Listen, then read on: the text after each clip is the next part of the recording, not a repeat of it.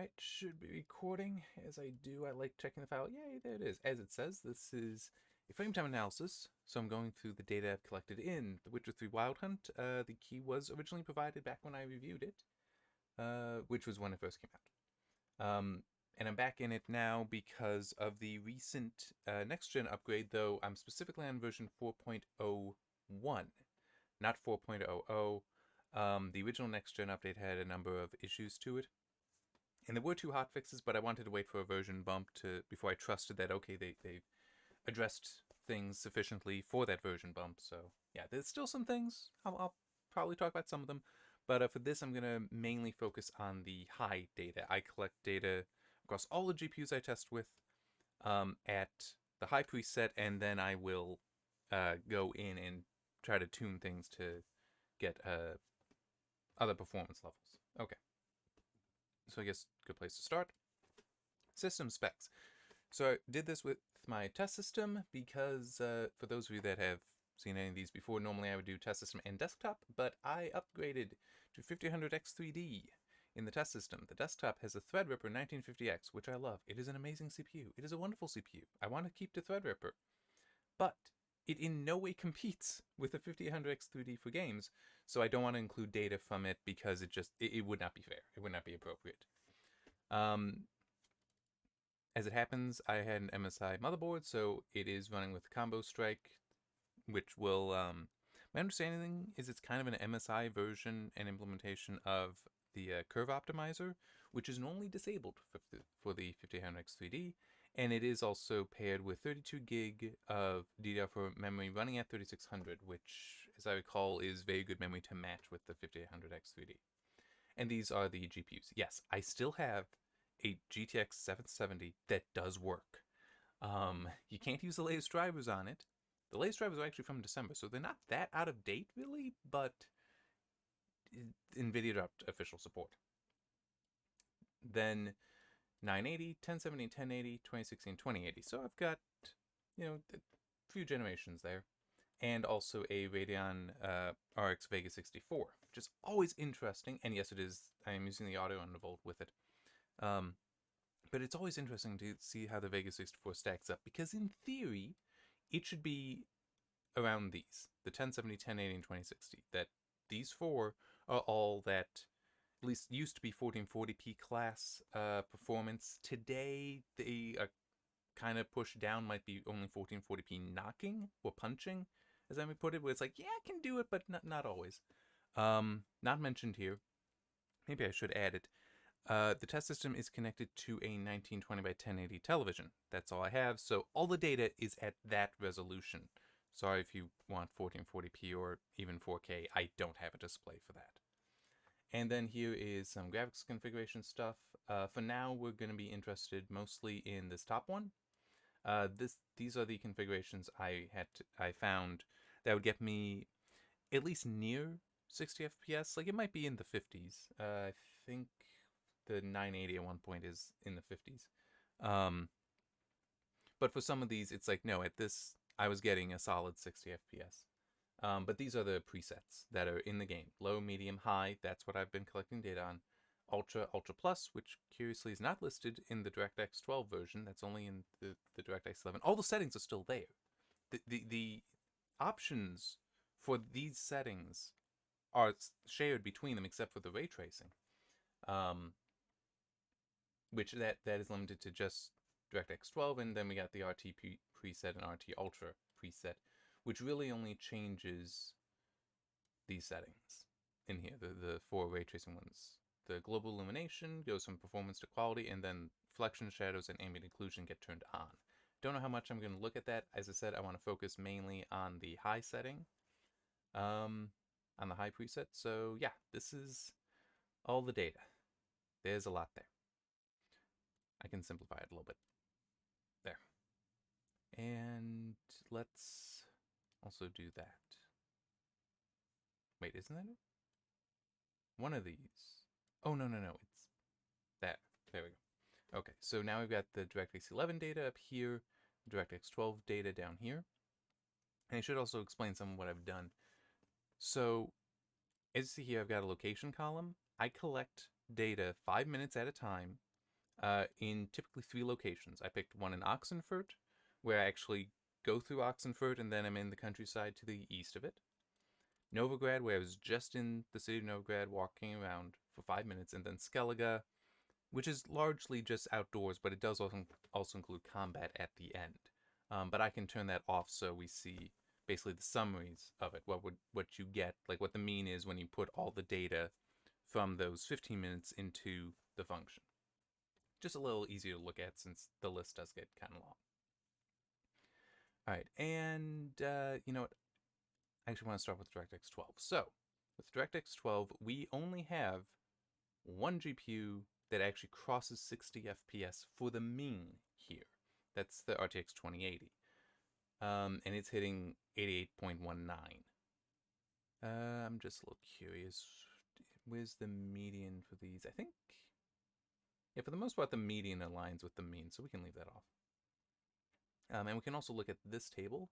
So this tells us how much time is actually being spent below 60 FPS. And I can also use 30 FPS, and I can put in others if I want to. And I might, but for now, we're just looking. With DirectX 12, it's really, I mean, a fraction of a percent for the RTX 2080.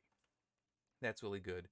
The next best, yeah, is the 2060, then the Vega 64, and I don't even think it's worth talking about. I mean, 99% of the time, even for the 1080, it is below 60 FPS. But if you look at that, and this is also the case for the 1070, yeah, so let's 50. Okay, so this right here, because we go from, well, this is an example of why it's useful to do that. We go from 59 to 3, so a lot of the time the 2060 is right between 60 and 50. 45. I have gone through some of this data. That was yesterday, so I don't remember all of it, and I don't do scripts. The 1080, okay, it's above 45 FPS about 70% of the time. Not quite, but nearly. So, but it's also, look here, for the Vega 64, I should notice this earlier. It's actually doing an even better job staying above 50 FPS than 2060, though it did a worse job crossing 60 FPS. And the deviations table, this is standard deviation, standard error, coefficient of variation, which is just the standard deviation divided by the mean, and I do have it converted to be a percent. And this will matter. I actually added this to this table here yesterday when I was going through the data because it's something I noticed. And then median absolute deviation, that one didn't look as informative for this data. But essentially that's the standard deviation, but instead of being based on the mean, it's based on the median. More or less, that's what it is. So yeah, none of these really look all that good. If we come over here, it does need to render the graph, because I did forget to go through and have it do all that for me. Here, actually I can do, it'll work in the background. It will prevent me from editing the tables for a moment, but that's okay. So yeah, with DirectX 12, as you can see, you really, Vega 64 is tapping, the red line is for 60 FPS.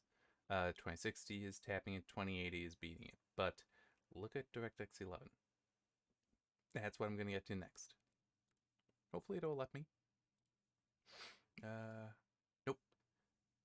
Unfortunately, it is serialized. So it's actually going to have to finish making all these graphs, which that's done. This is normally actually a pretty quick one, but it still takes a while. QQ consecutive. Here, I'm just going to pause the recording so it'll catch up, and you don't have to wait. All right, it finished. It does take a while. Some of those graphs, lots of points, especially since I have them be mostly transparent to show density. Anyway, turning the DirectX 11 data on, and it's quite a bit better. Yeah, I'm going to move this back down to there. Yeah, this is a new feature I added, so I can change the sort order here. And, I mean, yeah, we can also look at this. I want it off now, but I also want to come over to here and turn that on. So we can see here there's a significant change in the bars are the mean frame time. The center of the box plots, that is the median, which is what it should be for a box plot. But the edge of the box plots, this is the 1% low for frame time, which is 99% high for frame rate. 99% high, 0.1% low, and then 99.9% high. It does turn out, we'll get to that.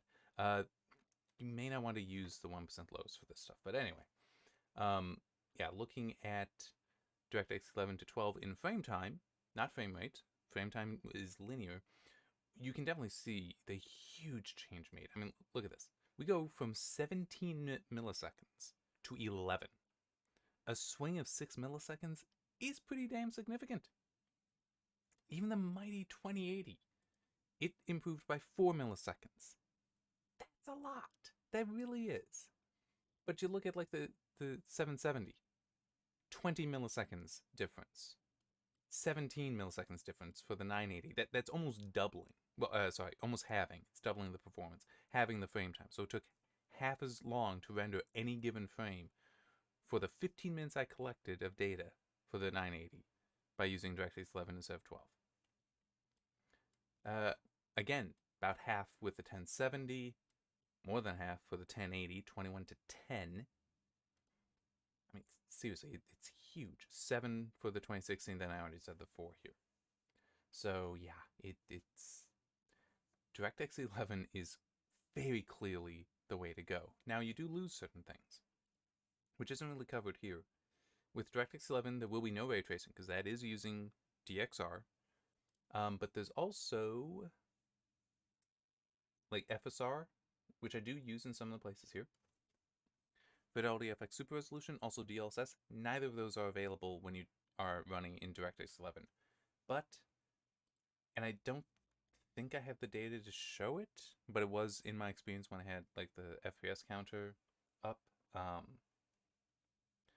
The difference just turning on FSR 2 was equivalent to turning to go into DirectX 11. The impact could be that much. In fact, here it looks like it's greater than, because the 980 at high, let's I can actually do this quickly.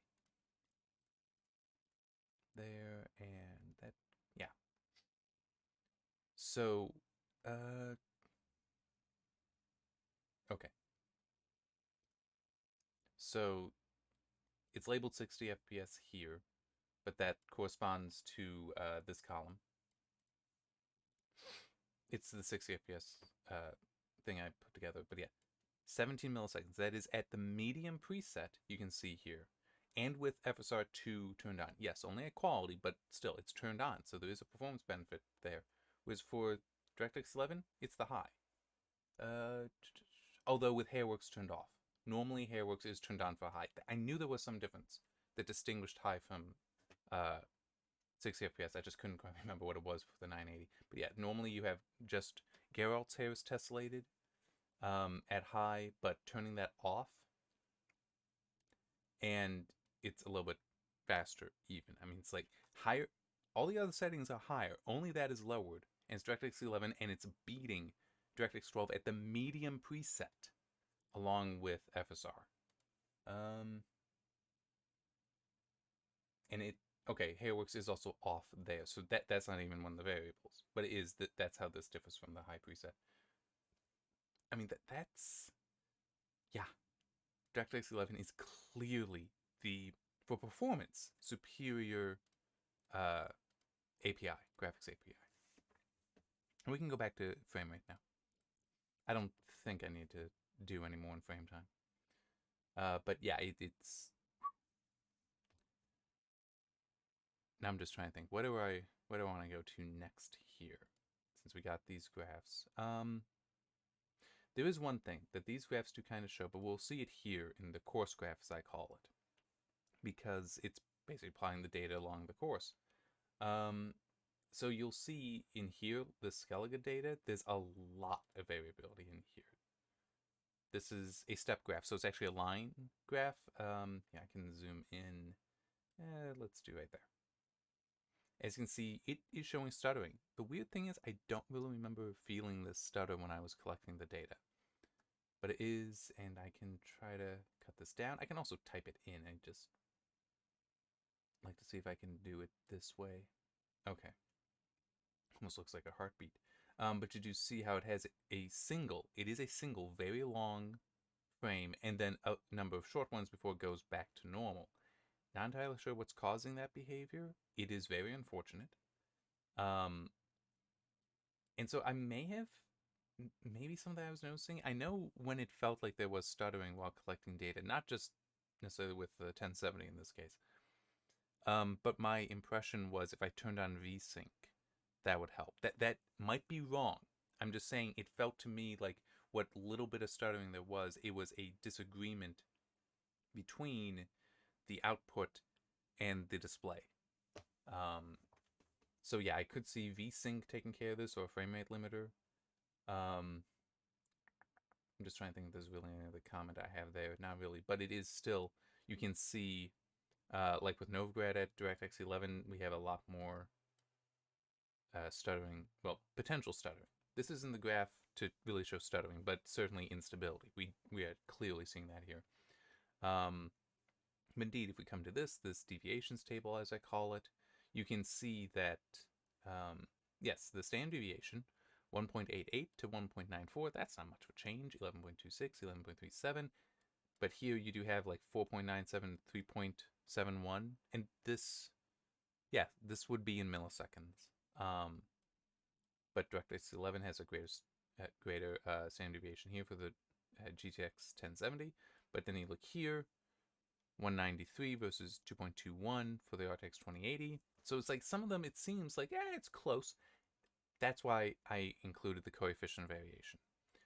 Because by dividing by the mean, because the performance so improved with DirectX 11, even though the standard deviation is smaller, we're actually seeing a greater amount of variance. So we're going from about 20% that the standard deviation is off from the mean to 25%, 15 to 30, 10 to 30, 10 to 35, 10 to 27, 20 to 30, that's not so bad, 11 to 16. So yes, there definitely was an increase in instability in the data going to DirectX 11. But the improvement in performance is so great. And here, it's over here. There. So it will re-render this. Yeah, I made this thing. If you're seeing this applet, I really over-engineered it. And fortunately, recently, I did some changing, and hopefully I fixed all the bugs I introduced. Normally, and we can come over here. Normally, all this data, especially when I do stuff like turning off the location here, so it's grouping the data together or adding in the additional points there, normally that would take quite a while because this is 250 meg roughly of data behind all this. I mean, it's 15 minutes per run, and I mean, high in 2 APIs for 7 GPUs, so there's 14 there. And then I did another 14 trying to get these 60 FPS targets, and then another 4 more because I did RT and RT with FSR2 for both the RTX 2060 and 2080. I mean, there's a lot of data behind this. Okay, here we go. Yeah, I recently made a change that makes the calculations of that a lot faster. And it actually broke something because I forgot, oh yeah, that's supposed to be used for this as well. Actually, these tables right here. Had to fix that. Anyway, so what I've done now is just rotated how the facets are so we can see the APIs are next to each other. So you can actually see DirectX 11 here and 12 here. Same GPU, same location, and same preset. And you can see how much lower, like all the data is actually below the red line here, whereas here it's on it. Here, this difference is also striking for the 980. And it's like all of them you can see. Well, it's hard to tell with the 2080, but still all of them you can see DirectX 11 is lower. DirectX 11 is lower. I mean, so look at this. I mean, the 770 is going outside of the bounds of the graph, which I'm trying to remember. I think that's 15 FPS. Yeah, it's 15 FPS. It's just written in frame time here. Yeah, these are linked. Um, but yeah, I mean the huge improvement there. And I would take that improvement over this stuttering. This, well, potential stuttering. It's not that bad. When I was playing it, I was certainly happy with how it was feeling at DirectX 11. So I would take that, and also that's something hopefully future patches will address. I can only say that hopefully. I have no inside knowledge. Insight on that. Inside knowledge. There we go. Get the terms right. Don't mix them together, Jim. But it is still this. Yeah, like right here. That's, I do not know what exactly. Is that it? Oh yeah, it is. Okay. Sometimes when it goes really fast, it surprises me. Um, but actually, no. This funny thing. So all these points, especially because they're transparent, take a long time to render. Lines don't take long. Yeah, so this is not good, but it's also, I didn't really feel it. And as I was saying, I would take this over um, the lower performance. I should also point out, I was collecting data at borderless full screen. Borderless window, I think is what it's referred to in the game, not exclusive. Kind of not what I should have been doing, but because of how much crashing I suffered when initially doing some work with version 4.00, I didn't really want to be exclusive, because if it crashed again, I might have to restart the test system, and I did not want to have to deal with that. With borderless though, you can always alt tab out. It was a lot better. I did have some issues, but it was far less common. All right, and now we got this. So this is a frequency plot. Basically, we just it's the the distribution of the data, sort of like a probability distribution, but it is, based on the raw data that was recorded. So it is kind of a probability in that you are most likely, if you're collecting data or playing the game, you're most likely to, we'll use this as the example, the RTX VEG64, RTX RX VEG64 with DirectX 11 at high in Skellige, you're most likely to be right here in performance. Then a little bit less to the sides. And the solid lines, here it'll be easier to tell on this one. Solid line is the mean, the dotted line is the median. So it's over here, especially if I turn that back on.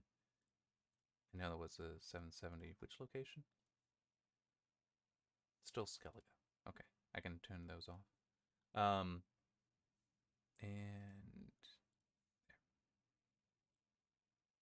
yeah, so 25 and 26. They're almost identical for DirectX 12, but here it is sufficient to be separated.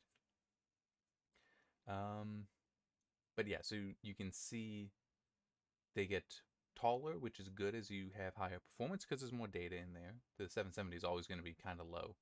And also see how jagged it is here? That's because there's so much less data to smooth it out compared to basically anything else. This is much smoother. The 980 it's smoother. It's still not great. But if we, I'm just going to do it this way. This is much smoother. Okay. But this right here is troubling. This is the, this is this stuff. It's actually the portion down here because it was at low frame times. And you can see some right here in this area, which do have, I mean, true, it only constitutes about 1.3, it's 1.27 data. Yes, okay. I was just, it's been a while since I've looked at this. So there is 0.2% of the data above this line and 1.3% above this line. So there really isn't much, but it is still, this, I would consider this all outlier, but it is still more than 1% of the data. If we come back, you can see that there, and that actually would correspond to the, I need to turn this stuff back on. Yeah. Right here, 1.35. That's what it corresponds to. I like my graphs and the stats that go with them. Alright, now we've got the QQ plot, which is actually, it's the same as this. It's still distribution data, but it is being shown in a different way. And here, which one is that? Skellige 2080 DirectX 11. DirectX 11, Oxenford. I want Skellige, so there. So this will just put the whole graph, that's this one, down here. Because I do want to explain how this graph works. Should be rendering it. I don't know how I can put in like a weighting symbol. There is a way, but I've not been able to figure out how to do it that isn't like just an arbitrary counter. It's like, oh yeah, do that for 15 seconds. It's like, what if it takes 2 seconds? I don't know. Okay, that's weird. It should have rendered it. It didn't for some reason. I can just do this. Or this actually. There. Okay, so it did actually. If I just double click, it'll show the whole thing. Okay. It'll get there. It can be a little wonky, but anyway, I do want to explain how to read this because the QQ plots, although technically it's just a Q plot, the layer that makes it is called QQ though, so I keep that. But what it's showing here, as I said, it is actually the same as this, but it is a different way of presenting it. So you see this large peak here, see this small peak here, okay? Very low frame time. This is actually still pretty low. I mean, that's 8.33. That corresponds to 120 FPS. And then this stuff, these longer ones, this right here, this curve here, I really hope that on the left side here, I really hope that the cursor is being picked up. That's that small, very low frame time peak that we saw. And then this central portion that's kind of flat. Well, it's straight. It's not really flat. That's that middle one. That's that main peak. But then those outliers, that's what these are. This sudden turn here is where we suddenly get longer frame times, and there is a fair amount of data there. And here we actually know it was 1.33. So if I do that, which is going to have to render all of it over again, so that's going to take a little bit. But the way I have these squares drawn, well, rectangles drawn, it'll actually put in a new one at 98%, and we'll see where that falls. And this is important because the X scale is nonlinear. It makes perfect sense why it is, but I'm going to wait for it to render out, and then I'll explain that. Which, here, I think I may just pause the recording so you don't need to keep waiting. So funny thing, the moment I hit pause, that's when it finished. Anyhow, so as you can see, here's 98% right here. See how much farther that in? And we could have gone closer because we only needed to subtract 1.35 from 100%. But you can see here, and also this line adjusted, the line just connects from, well, this line to this line, and then we get the slope down here, which is 0.07. A lot better than when it was up here. But so anyway, the way this x-axis works, it's percentiles. So 0.1 to 1%. So this is 0.9% of the data here, but from here to here is 49%. This would actually normally be, if you look at a proper QQ plot, it would actually be quantiles. So it would be the number of standard deviations away from the mean, which when you look at here, the standard deviations would actually, have a lot of the data, because that's seen like from here to here. Let's say the bulk of the data is here. We actually know it's 90% of the data is in there. But so that might be in like just one standard deviation out. It wouldn't be. I strongly doubt that. Just bear with me as an example. So then when you go out a little bit further, there's a lot less data, and it ends up getting spread out. That's the idea here. So the bulk of the data, because it's all consistent, is smushed together, which is fine. It's consistent. It can be smushed together. But when we get the outlier stuff, that gets spread out. So it's a lot easier to read and interpret. And this is the whole 1% lows, which would be this value up here. We don't want that. That's actually not useful for this. Let me do that. Yeah, so this right here, we're focusing on the 1% value there, but we've already had the turn towards outliers, which, by the way, that turn is very common. Seriously, it is. Basically, any game is going to have such a turn where just, yes, for some reason, some frames were longer. I should really like put in a debounce or something so it waits a little bit. I think I can do that. It's just some of that stuff, the reactive stuff and how this works is wonky, and doesn't work the way I expect it to. Anyway, so yeah, we could have pushed this up a little bit further. The 98, it doesn't need to be a 98. It could be further to the right. But it is the 1% being up there. We've already hit one turn. Technically, there is another, but the major turn is there. So it's. I did something a while ago, a video where I basically went through this kind of stuff. But I'll also just say it generally. When somebody says, hey, we want to see frame time graphs. No, you don't. Those are all frame time graphs. These are all frame time graphs. These are all frame time graphs. It really, there's a lot you'd have to go through. I'm only picking out specific ones. But I do think this is the most valuable of the graphs I have. It doesn't need to be shown in a YouTube video, TechTube video. Doesn't need to be somebody doing that. But this is so valuable because it lets me know, yeah, 1% low, not useful here. The 1% low in the frame rate, not useful here because we are definitely into outliers. And you don't want to characterize the bulk of the data based on an outlier. Knowing where the outliers are, that's great. Don't get me wrong. That is great. That is perfect to know. But you do want to try to like nail down where it is here. And actually, I was wrong when I was saying 1.35. That corresponds to where it crosses the red line here. That's for 60 FPS. So it's actually a bit further in. It's easier when I don't have all these here. And unfortunately, I don't have this graph set up to interact with it. Let's 98.5. But I feel like I just tuned into an FM station. I think we do have a 98.5 around where I live. Anyway, yeah, so you can see the turn has started, but we're still pretty close to the bulk of the data. So that actually would be suitable. So the 1.5, yes, 1.5% low would be more valuable here than the 1%. But that is also just for the 2080 here. If I go to, yeah, let's actually go to just the 1080. Yeah, see, now the outliers are, that's actually much closer to the 98%. But I didn't change the end of the zoom here. But that turn to outliers is sooner. Here, and let's actually, I'm curious. This is going to be easier. That's 1080, so it's this one. It's easier to just double click and have it redo the whole thing for me. I over-engineered the hell out of this thing.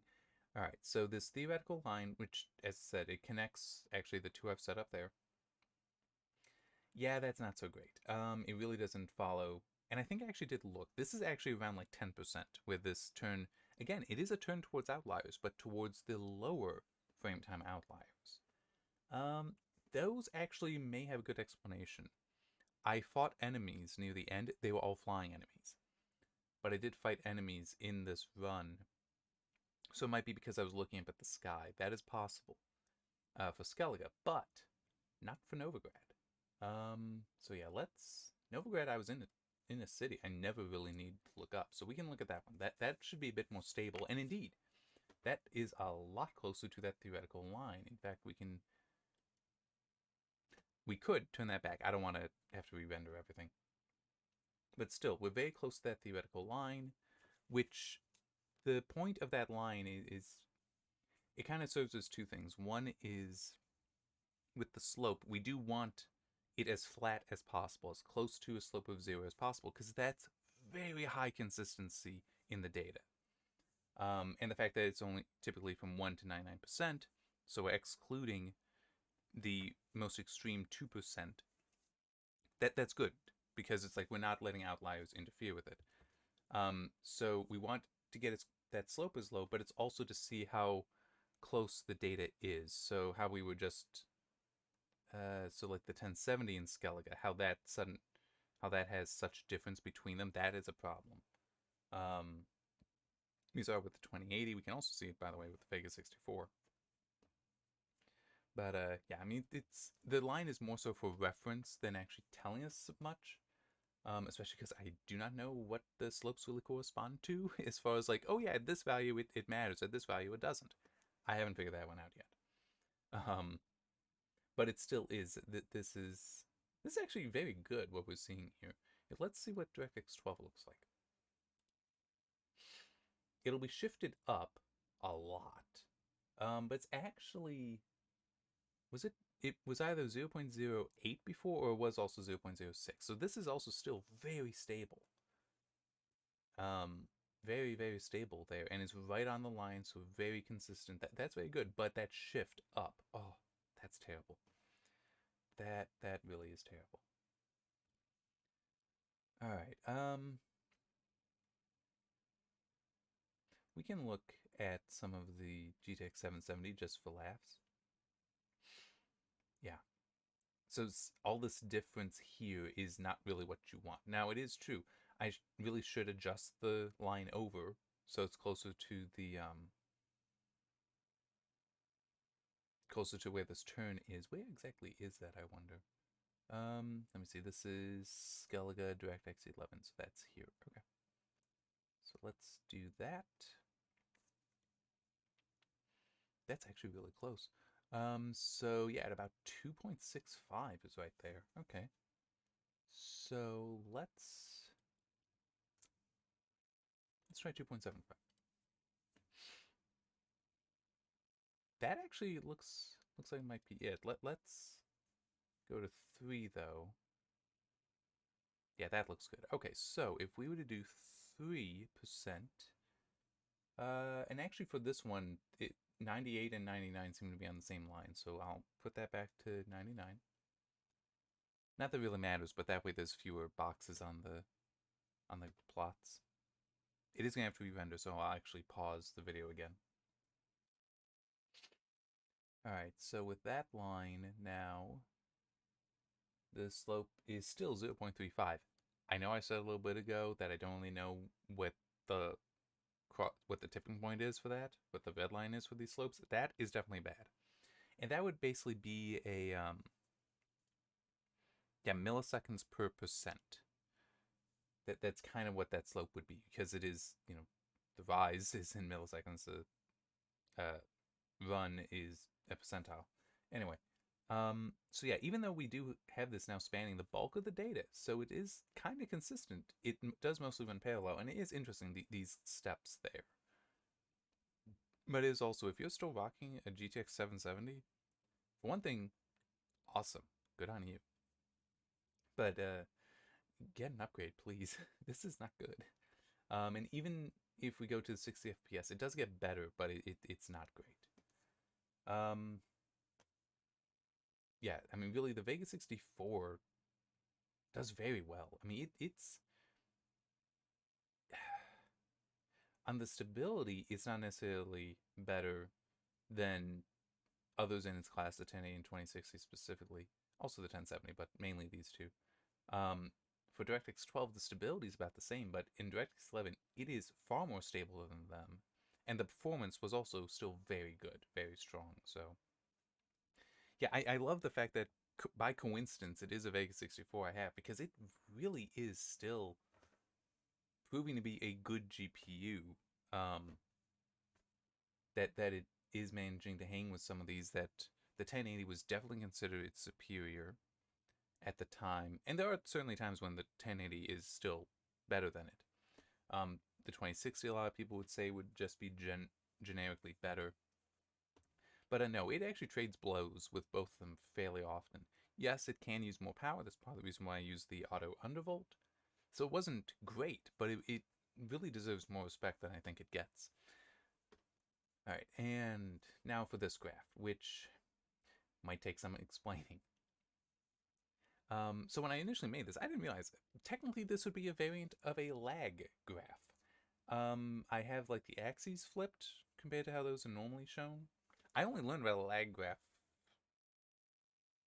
9-10 months ago, something like that, I think. But I originally made these graphs like 3 years ago. So the idea here, and yes, let's use this one.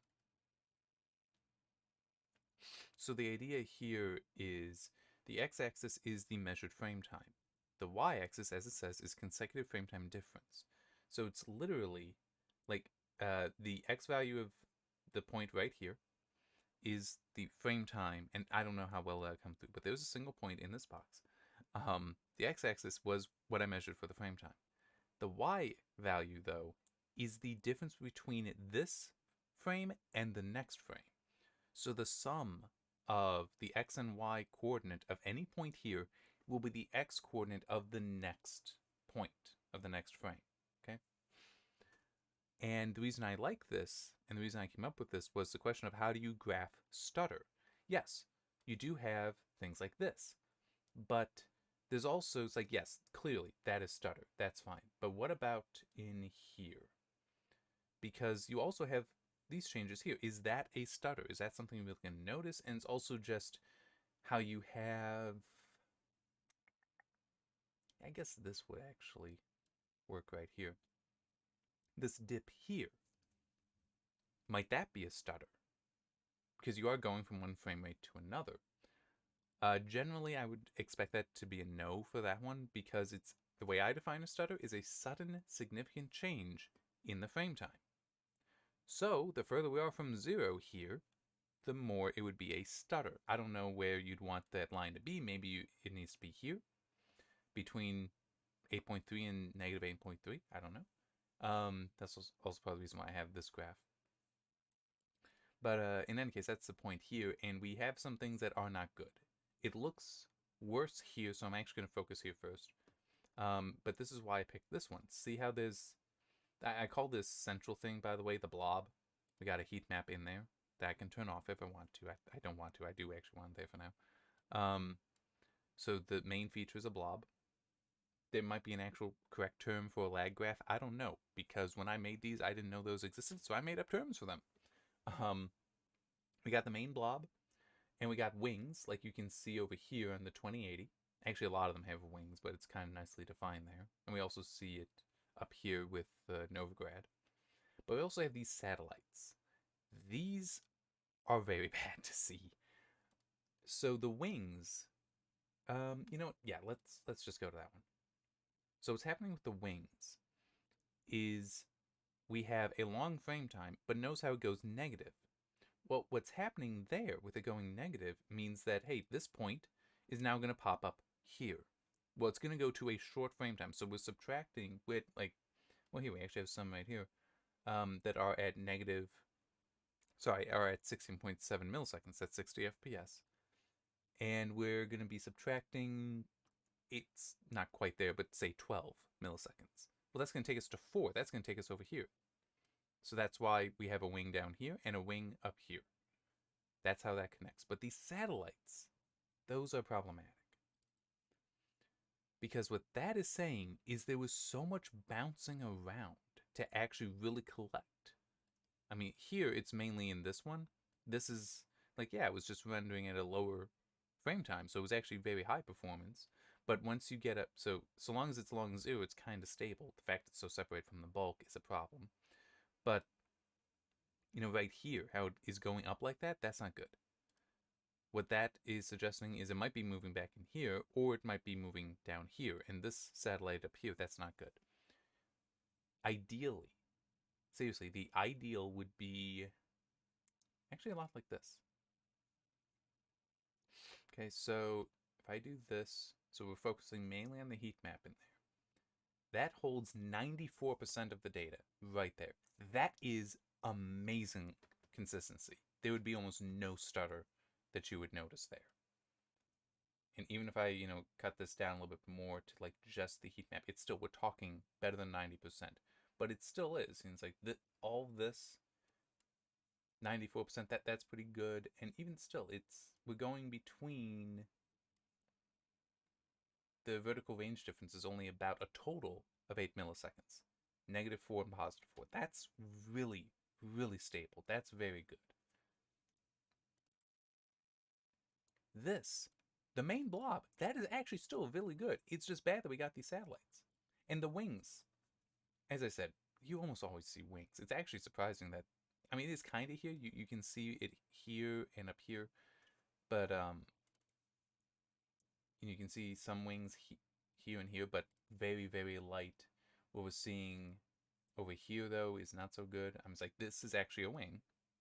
It not so, the pair, the reflection is not so great, but it was not so dense, I mean. But it's like, that is kind of normal, but the satellites, that is not normal.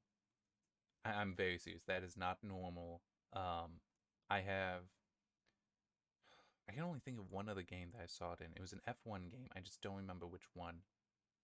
Um, but that's not really normal. Most games don't have that, and it isn't a good thing. And what is happening there is it's this stuff. It is the really dense satellite that we see there is the really short frame times here, and then the connected wing to it, the associated wing to it, is the longer up there. This is the 2060 Skellige High, so we can try to take a closer look. Skellige 2060, was it the... It is DirectX 11, okay. Oh, that's not what I meant to do. That is... Yeah, so you can see here, and then the longer frame times would actually probably be a lot of that. And, the bouncing back and forth. So these would actually be corresponding like up to here, where this is then length, with this is adding. So that's moving it back into the body here. But you also have some where it's like, yeah, hey, lower frame times, isn't that good? Well, it's not stable. It isn't stable. So it's going, we get some here, but then it's leaping to long frame time here, and then it's coming back to the core, the main body of the data. That's what's forming these satellites, and that is an instability you don't want. But I will also grant, when collecting this data, I didn't necessarily feel this. Not sure why. It is possible it's because what the test system is connected to is a television, so it's doing its own processing that might have knocked some of it out. And it's also, as I was saying, VSync might knock this out too. But it is, for the most part, I would take this over some of the lower performance. And yeah, this is rendered. So these two wrong button. These two graphs are the same. All I've done here is transform the y-axis to be percentages, which does also change where the points are. You can see that they are different. It's actually very interesting because I've not looked at the percentage version here with satellites before, but you can see how the wings end up being stretched out like that, curving like that, and it's, yeah. So down here, we're a difference of like 80%. That's a huge change in frame time there. So the further up and down we're going, that's the greater the change in frame time compared to what the value is itself. So it exaggerates the stuff, but it is, I think, helpful for really comprehending what's going on there. Because here, I'm just like, is the changes here, which is going to be around 4 milliseconds, is that actually significant? Well, when we're at about 12, yeah, that might be significant. Well, here it's going to be showing as like 25% instead, so it may make things clearer. But yeah, I mean, it definitely, just looking between these, it's how it is moving data out. The DirectX 11 data definitely was less stable. But it's still, as I was saying, I would take that over the lower performance. All right, now I want to come back here. I don't want to go through all the specific configurations, but yeah, I can actually turn those off. I don't need them. I can even remove them here. I do want to do this, though, which won't take long for this stuff. Turn those off, turn that on, and we can do it that way and there. So now looking at the um uh the impact ray tracing had. And here we'll simplify it even further. So it's just no location separation. So turning on ray tracing with the 2060, we went from 58 to 23 FPS, 88 to 41 FPS, and this is just turning on at the performance level ray trace global illumination. Seeing this, I didn't even bother with going to turning on all the other stuff. I did not bother with RT Ultra. It was not going to happen. If you look at the FPS table here, we went from 0.16% of the time below 60 FPS to 66 for the 2080. And this is at 1920 by 1080 as well. This is not 1440p. This is not 4K. This is 1920 by 1080. And it's having that huge a hit. Obviously, the 2060 is going to have an even harder time. That's why I did also collect this data. So this is, I turned on FSR2 and with performance. The game also does offer DLSS. I wanted to stick to FSR because more GPUs support that. So I could do a little bit more of comparison there, but also when looking at the visual impact and looking at the performance impact by the FPS counter, they were at parity. The performance impact, according to the FPS counter, which I also know not to trust in all things, looked very consistent between them, between DLSS and FSR, and the image quality, DLSS might be better in one way, FSR was better in another though. So and it was close enough that yes, I would say those were at parity. So yeah. Anyhow, it still is from 78% below to 70% below, from 66% below to 51% below 60 FPS. It's an improvement. It's not much. And if we look here, 41 to 53, maybe you consider that enough to be playable. 23 to 29, no. And if we look at it with milliseconds, so we added, for the 2080, we added 13 milliseconds by turning on RT, which, true, we're going from high, so all these are also at high. And Geralt for the hair works, but RT, that preset, for whatever reason, is basically Ultra Plus with ray tracing on. I did not go in and make changes to that. I will and like do a high with ray tracing. I didn't do that because I had zero confidence that the performance would be there even doing that. But yeah, I mean that is not a good swing. And hey, it got better, but it's still, even with FSR2 performance, I didn't do ultra performance because when the image quality there was enough degraded, I didn't want to do that. And that was true for both DLSS and FSR2. Now, true, at 1080, at 1440, it may have been better, or at 4K, it may have been better because there's still more data there, but not 1920 by 1080. Yeah, so we gained 6 milliseconds, but it still was 7 milliseconds off from that. Gained 8 milliseconds, but 17 milliseconds off for the 2060. The ray tracing was not going to happen. And we can also look at the graphs here. Yeah. So it's going to have to re-render all these, but there is less data. So you can see for the 2080 and 2060, those against each other. Turn that off. We can actually flip this. That might make it. Yeah, so between RT and RT with the FSR2 performance, those bars do not seem to have changed much. But it's also, look at the box plots. As I told you, those are showing us the percentile information. Look at how huge they are. That's not good. That's a lot of instability. All right, this is going to be render. Might take a little bit of time. It shouldn't be too bad, so I don't want to pause because it's so much less. But that's terrible. I mean, look in here. Look at that. I mean, that looks like a sound wave. Okay? I mean, it's like that's terrible. And you don't really have much darkness here. The density is so low. You do have, I mean, it's better here, but look at this. That is terrible stability. Here, we can actually look at the deviations table. Oh, God. A standard deviation from 2.6 to 32 or 25. from 2 to 13 or 7. The coefficient of variation, 20% to 53 or to 37.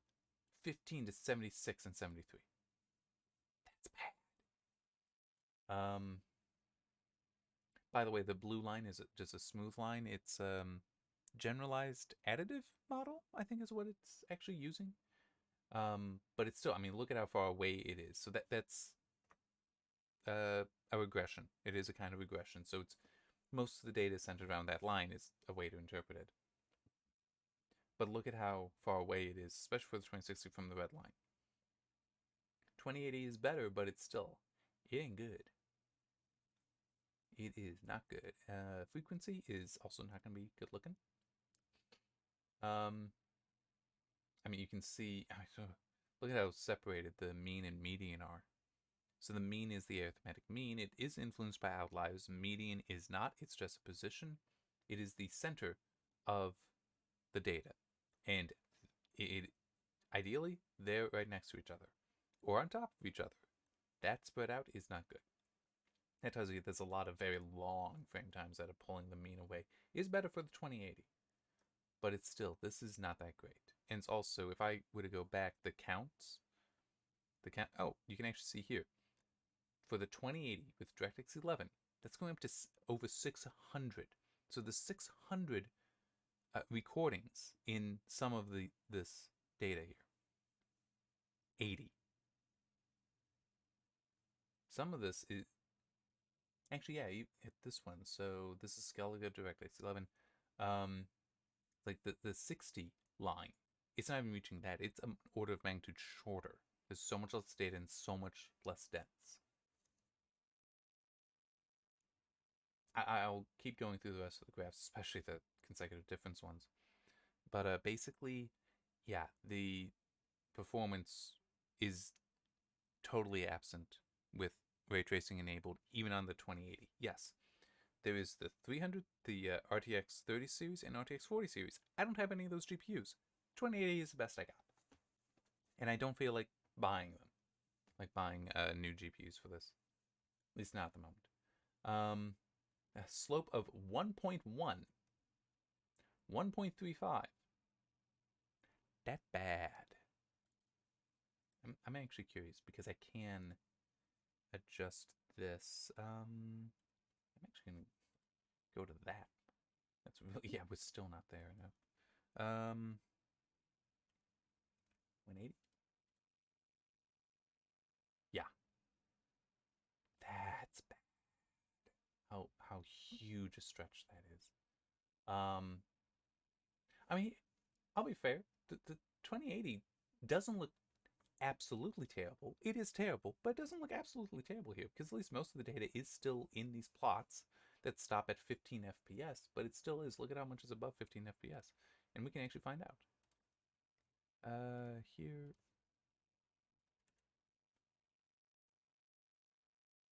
Okay, so for the 2080, it is just a fraction, but the 2060, 15%, 18% below 15 FPS. That's, whew. This is, though, I have seen this already. Yeah.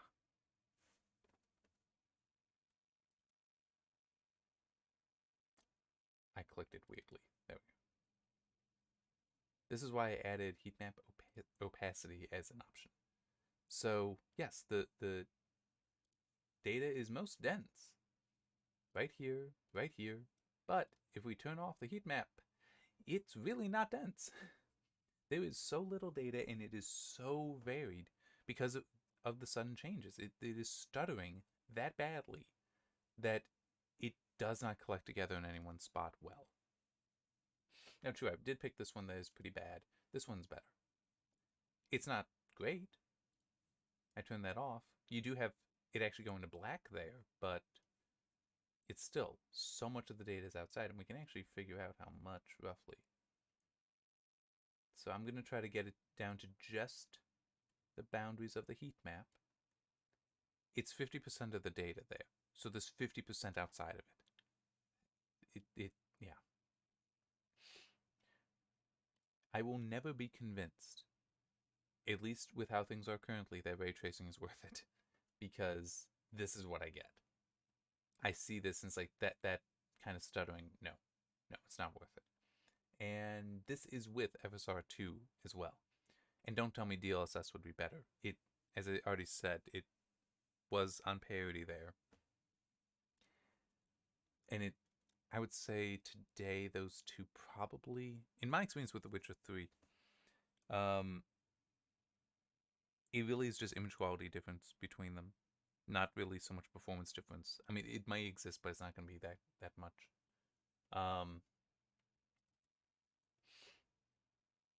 Wait, isn't this the same one? Yeah, this is the same graph, just now with the percentages being used. So you can see how it is stretched out, but also how that has actually impacted the heat map, because it's actually reduced the density even further, stretching it out. Yeah. Yeah, I do not, the performance impact of ray tracing, I do not see being worth it, short of just more powerful, much more powerful GPUs than the 2080. Which, hey, to be fair, first gen, yes. The 30 series, the 40 series, a lot more powerful. Might be what it takes. But it's still, I don't see being worth it.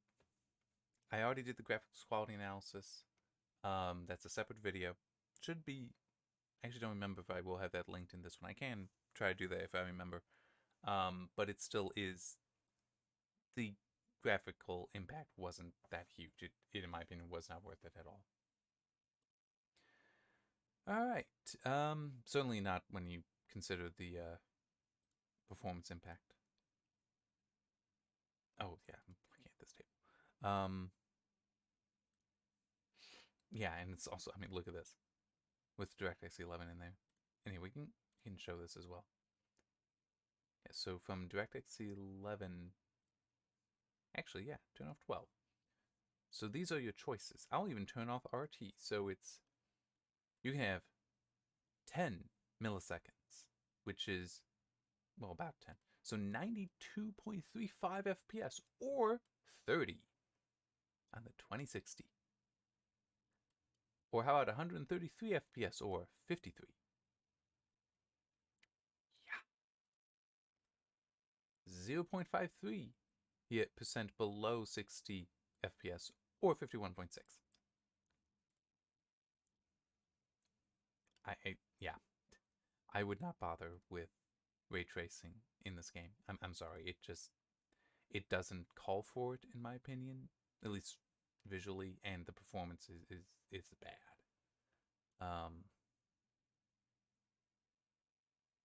Nah, I can probably stop. I'm just trying to think if there's anything else to really talk about or say.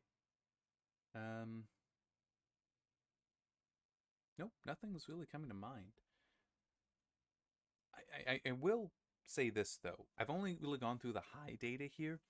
All these well, not the 770, but the 980 and above, everything newer than that, I could get 60 FPS out of them, or at least very near. You know what? Yeah, I will do that. I will pull up 980, turn that off. 60 FPS, turn those off. I can turn that off too. And yeah, so it's just the average across all of them. So at 60 FPS, which was the high preset without not ray tracing, without Hairworks, 1920 by 1080 DirectX 11, the 980 was giving 60 FPS performance there. Now, true, 30% of the time it was below it, but it's still, that's pretty good for how old that card is, and also you can always turn it down to medium. Like, there is room there to go lower. I think that this is acceptable, though. That's pretty good. So it's like you can achieve that there, and everything else is newer except the 770. Newer and more powerful. The 770, though, that, we can actually take a look at that. Was able to get into the 40s with the 60 FPS thing, which the main difference between them, this was basically the lowest setting I consider visually acceptable, which is just low, except texture quality at medium. At low, texture quality looks too bad. And that much is actually the same between them, but I had to turn on dynamic resolution scaling. It doesn't support FSR. It naturally doesn't support DLSS, but even FSR it wasn't working with. But turning that on with TAAU, you could tell it was, the image quality was lower, yes. But it did work. Whereas with DirectX 11, that wasn't necessary. And so it looked better than that. So it's like, it's still viable, but I would not go with that. If you can, upgrade. I mean, seriously, the 770, I keep it because it still works. That's why I use it. If you can, please upgrade from that.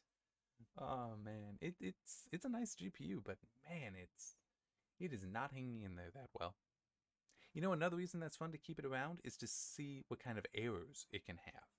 Like the whole, I turn on FSR2, the screen goes black. It can't render any of it. Had another game though where it went trippy, where none of the graphics were quite right. But that again was a game with multiple APIs. I think it was Vulkan specifically. It had the issue with. DirectX 11 it was fine with. It does run DirectX 12, not well, but it does run it. So yeah, I mean, it's The Witcher 3. It is a good-looking game. It remains a good-looking game after the next gen upgrade. Performance seems to be most strongly in DirectX 11. And actually, that is one thing I can do. Turn that off.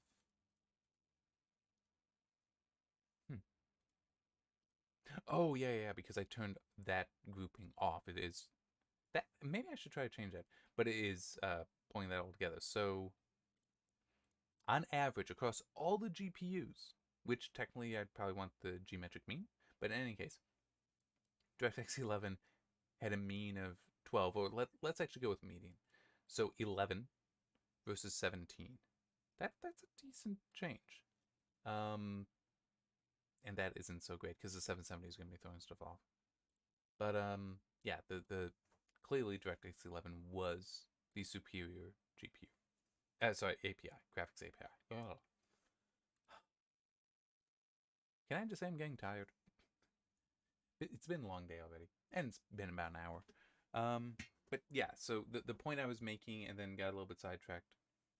Although I did say it, I'll just say it again. It's a good-looking game, and all these GPUs except for the 770 were able to provide a good 60 FPS performance if we ignore the 980 for the moment. So the 1070, 1080, 2060, 2080, and Vega 64, all of them were providing a solid 60 FPS experience. That I could find those settings there. And they're right here. It's like that's very much, they are able to offer that. The 980 is at 60 with this configuration. Is at 60. And it's at high, and hair works off. You turn some of that down, it'll run better. You turn on the dynamic resolution scaling, it'll run better. It'll look worse with dynamic resolution scaling. I would turn down the other settings first. Actually, a lot of them don't impact the visual quality that much. Oh, I actually did just remember one thing I should mention. It's in the article. It's in the associated article. And you can see it here. So see how I have foliage visibility range turned down to high here, also here, and then over here? I think it's a bug. But I did notice that when I was trying like Ultra or Ultra Plus, there was stuttering. And it didn't make sense to me.